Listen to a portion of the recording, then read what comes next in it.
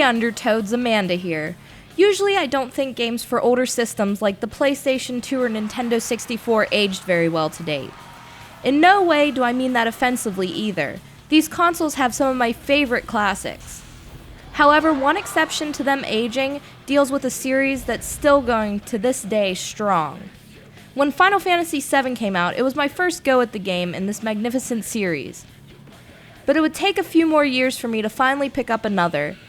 And when that time came, I finally played another, when Final Fantasy X arose to our lives. And to this day, this game still looks pretty damn good.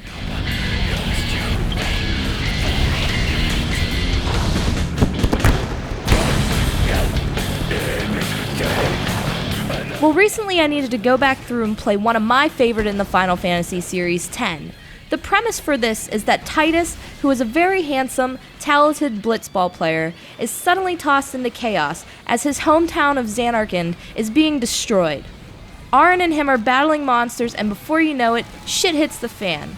Auron leads him to sin, and Tidus is no longer in a place he knows, but at a temple.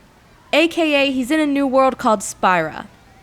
Throughout gameplay, you travel to many eye-stunning locations, and in the beginning, you meet all the people who will be a part of your team in combat. You first meet Riku on a ship, and later on, one of my favorite characters because of his goofy personality, Wakka. Well, you from the Zanarkand Daves, that was a good one, huh? Now I talk about it aging wonderfully. Well, here's why. The game's cutscenes took forever for the creators to make, and back in 2001 when this released, sure, through most of the gameplay you had the typical PlayStation 2 models of everything. But then once you get to a cutscene, and trust me, before you know it, you're at another one, featuring two beautiful character models, beautifully textured. But no, I'm not talking about Lulu's rack, although along with other things in the clips, it looks stunning. Even today, they still hold up in age. The creators in this game used an updated version of their facial motion system, and by far is one of the top reasons why I idolize the development of the people in this game. Also, 10 was the first in the series to use voiceovers in the majority of their dialogue, this giving it even more of a personal touch to the gaming experience. And to this day, this RPG contains my favorite cutscene in Final Fantasy history. You know, the one with the water and Tidus and Yuna. You get it if you played it. Okay, well, before I go on and on like a fangirl about how beautiful the game is, I'll talk about the actual gameplay.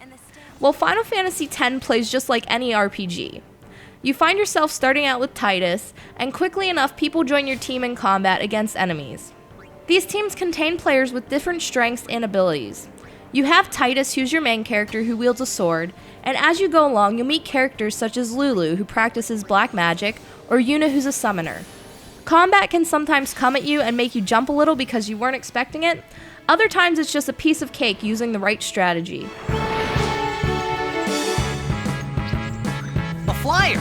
That's your department, right? Some features in this RPG that separate it from ones before its time was the way the fighting style was organized. Being able to hit L1 to swap out for another character, or being able to do an overdrive attack. This style leads to a clean gameplay. One very amazing feature to the controls in this game, though, was the ability to play as Yuna. I loved being able to summon different Aeons in this game as it went on, and I felt it was one of the most compelling characters to use. The character development in Final Fantasy X is what I think is one of the best setups in the history of the series. Final Fantasy X is by far one of the hardest things to talk about and even begin to summarize, because it's a game filled with so much excellence, it's waiting to burst out, like a chocobo out of its shell.